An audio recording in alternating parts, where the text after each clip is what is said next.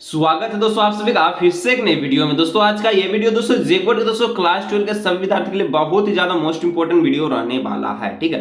क्योंकि दोस्तों कल है आपका वीकली टेस्ट और कल वीकली टेस्ट के लिए दोस्तों हम लोग जो क्वेश्चन पेपर को आज की इस वीडियो में सोल्व करने वाले हैं, इसलिए दोस्तों आप वीडियो को शुरू से लेकर अंत तक देखिएगा, ठीक है। कल वीकली टेस्ट कौन सा सब्जेक्ट का है, तो कल क्लास 12 ठीक है जियोग्राफी यानी कि भूगोल का दोस्तों कल वीकली टेस्ट है और उसका हम लोग क्वेश्चन आज की इस वीडियो में सोल्व करेंगे। आप वीडियो को शुरू से लेकर अंत तक देखिएगा। जितना भी दोस्तों प्यार है दोस्तों उनको जरूर शेयर कीजिएगा। अगर दोस्तों चैनल पहली बार आए सब्सक्राइब करने के साथ साथ बेल नोटिफिकेशन को भी ऑल पे प्रेस कर लीजिएगा। चलिए दोस्तों बिना देरी के क्लास 12 जियोग्राफी का वीकली टेस्ट क्वेश्चन को सॉल्व करते हैं, जिसमें आप सभी का एमसीक्यू के साथ सब्जेक्टिव प्रश्न रहने वाला है। और दोस्तों आपका इस बार का जो बोर्ड एग्जाम 2024 का पैटर्न है वो बदल चुका है, ठीक है। आपको पता है कि नहीं नीचे कमेंट करके बताइएगा, ठीक है। ऑब्जेक्टिव में दोस्तों आपका जो है क्या है तो 30 नंबर और आपका सब्जेक्टिव में 50 नंबर, कुछ इस प्रकार का पैटर्न आपका कर दिया है। नहीं पता नीचे कमेंट कीजिएगा, मैं फाइनली एक वीडियो प्रोवाइड आपको कर दूंगा ताकि आपको समझने में दिक्कत ना हो, ठीक है। चलिए आज के इस वीडियो में क्लास 12 जियोग्राफिक कल के वीकली टेस्ट के लिए ऑब्जेक्टिव प्लस सब्जेक्टिव दोनों प्रश्नों को सोल्व करते हैं, ठीक है। दोस्तों देखिए सबसे पहले आपको पता रहता है कि सेक्शन नहीं रहता ऑब्जेक्टिव प्लस सब्जेक्टिव क्वेश्चन में, ठीक है। जिसमें सबसे पहले सेक्शन में सारा एमसीक्यू रहता है, ऑब्जेक्टिव क्वेश्चन रहता है, ठीक है। अब रहता है तो कितना नंबर का 20 नंबर का रहता है, तो सबसे पहले हम ऑब्जेक्टिव को सोल्व करेंगे उसके बाद सब्जेक्टिव को। आप वीडियो को अंत तक जरूर देखिएगा। पहला प्रश्न दोस्तों कहता है गोदावरी नहर किस राज्य में स्थित है। देखिए जो गोदावरी नहर है या नदी बोले, ठीक है, ये नहर या फिर नदी बोले तो ये कौन से राज्य में स्थित है, भारत का कौन से स्टेट में स्थित है दोस्तों। तो भारत का दोस्तों स्टेट का नाम है कौन, महाराष्ट्र, ठीक है। महाराष्ट्र में स्थित है जिसका राजधानी मुंबई हो गया, ठीक है। तो ऑप्शन नंबर 1 का 20 का हो जाएगा करेक्ट ऑप्शन। चलिए दूसरा प्रश्न दोस्तों कहता है तालाबों द्वारा सबसे अधिक सिंचित क्षेत्र किस राज्य में है। तालाबों के द्वारा सबसे ज्यादा अधिक सिंचित क्षेत्र यानी कि उसको सिंचाई किया जाता है तालाब के द्वारा, ठीक है। तो ये कौन से राज्य में, क्या आपके जो गांव है क्षेत्र है या फिर राज्य वहां पर तालाब आसपास है तो नीचे कमेंट कीजिएगा, नहीं है तभी कमेंट कीजिएगा, ठीक है। तो देखिए तालाब के द्वारा दोस्तों सबसे अधिक क्षेत्र जो सिंचित किया गया ये कौन से राज्य में है, तो ये आंध्र प्रदेश में, ठीक है। Andhra Pradesh option number B हो जाएगा इसका राइट आंसर, ठीक है। चलिए 3 नंबर दोस्तों आपसे पूछा है, क्या पूछा देखिए 3 नंबर आपसे पूछा है कि निम्न में से किस वर्ष में राष्ट्रीय जल नीति को सूत्रबद्ध किया गया है। निम्न में से किस वर्ष में राष्ट्रीय जल नीति जो आपका हुआ था इसको सूत्रबद्ध कब किया गया, तो इसको दोस्तों 2002 में सूत्रबद्ध किया गया, ठीक है।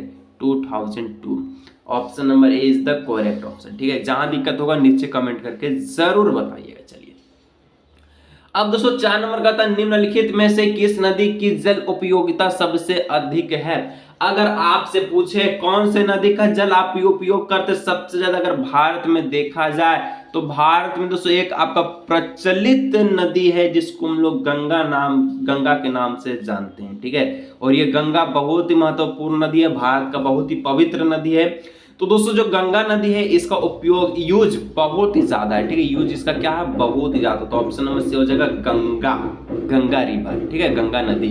चलिए 5 नंबर दोस्तों पूछा है नीरू मीरू नामक जल संभार, ठीक है, विकास परियोजना निम्नलिखित में किस राज्य में संबंधित है। तो दोस्तों नीरू मीरू नामक जल संभार की विकास जो आपका परियोजना है निम्न में से किस राज्य से संबंधित है। तो दोस्तों ये जो आप सभी का आंध्र प्रदेश से संबंधित है, तो ऑप्शन नंबर बी हो जाएगा आंध्र प्रदेश, ठीक है। तो चलिए दोस्तों आगे बढ़ते हैं प्रश्न संख्या 6 में, ठीक है। तो छठा प्रश्न यानी कि 6 नंबर का होता है केंद्रीय सरकार द्वारा चलाई गई हरियाली प्रोजेक्ट, ठीक है। हरियाली चारों तरफ हरियाली, ठीक है।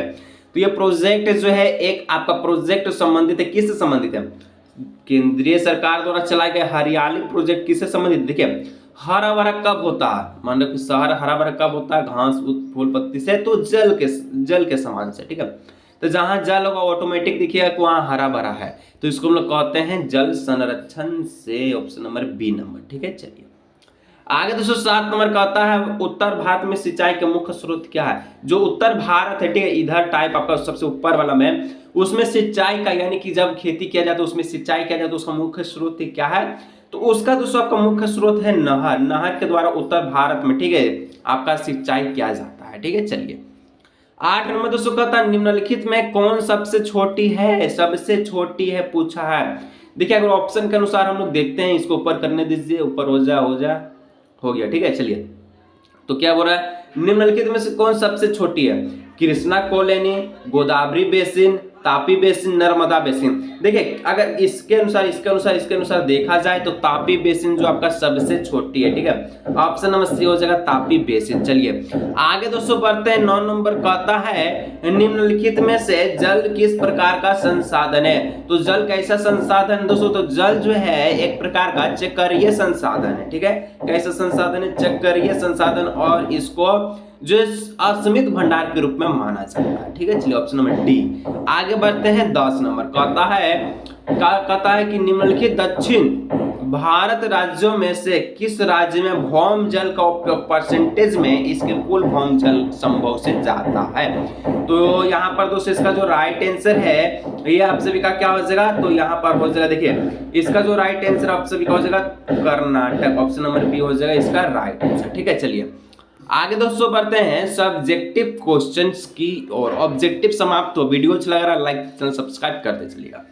सेक्शन में 2 प्रश्न पूछेगा, 2 नंबर 4 नंबर का वेरियस और टेंसर क्वेश्चन में अतिलक उत्तरीय प्रश्न में आता है। तो 11 नंबर कहता है दक्षिण भारत में सिंचाई का मुख्य स्रोत कौन है? अब देखो उत्तर भारत में तो नहर था, लेकिन अगर इसका दक्षिण भारत जिसको हम लोग इंदिरा पॉइंट के नाम से जानते हैं, तो वहां पर इसके सिंचाई का मुख्य स्रोत क्या? तो वहां पर नलकूप है, ठीक है। नलकूप नहर में बहुत अंतर होता है, ठीक है। तो दक्षिण भारत में सिंचाई का मुख्य स्रोत नलकूप है। चलिए 12 नंबर दोस्तों पूछा है कि भारत की 2 अत्यधिक प्रदूषित नदियां। अब देखिए जो गंगा ये पवित्र नदी में भी आती है, लेकिन अगर देखा जाए माना जाए सूत्रों के मुताबिक तो हम लोग कहा जाता है, हम लोग नहीं बल्कि जो कहे हैं कि भारत की 2 अत्यधिक प्रदूषित नदियां पॉल्यूशन नदियां, पॉल्यूशन लीवर कौन है? तो गंगा व यमुना। इनकी भारत की 2 अत्यधिक प्रदूषित नदियां गंगा यमुना है। तो हम लोग कह सकते हैं, तो ऑप्शन नहीं बल्कि इस प्रकार से उत्तर लिख दीजिए, ठीक है। आगे दोस्तों सेक्शन सी की ओर बढ़ते हैं। सेक्शन सी आप सभी का 2 प्रश्न से संबंधित है, 13, 14, 3 नंबर 6 नंबर का शॉर्ट आंसर क्वेश्चन में आता है। कहता है प्रश्न देश में कुल उपयोग किए गए जल में किस कृषि का, ठीक है, किए गए जल में कृषि क्षेत्र का हिस्सा कम होने की संभावना क्या? देश में जो कुल उपयोग किया जा रहा है जल में कृषि क्षेत्र का हिस्सा कैसे कम होते जा रहा है आपको बताना। संभावना क्यों, ठीक है। संभावना बता रहा, हो नहीं रहा, बल्कि संभावना को दर्शा रहा। देखिए लिखिएगा भविष्य में उद्योगों तथा घरेलू सेक्टर में जल का उपयोग बढ़ने के लिए कृषि क्षेत्र का हिस्सा कम किया जा रहा है। जल को क्षेत्र को बढ़ने के लिए, जल का क्षेत्र के उपयोग को बढ़ाने के लिए कृषि क्षेत्र को अब खत्म किया जा रहा है धीरे धीरे, ठीक है, हिस्सा उसका। तो जल बढ़ रहा तो कृषि कम हो रहा है, कृषि बढ़ रहा तो जल कम हो रहा है, इस प्रकार से चलते रहा है, ठीक है। चलिए 14 नंबर दोस्तों कहता है कि पंजाब, हरियाणा और तमिलनाडु राज्यों में, ठीक है, सबसे अधिक भौम जल के विकास के लिए कौन से कारक उत्तरदायित्व है, ठीक है।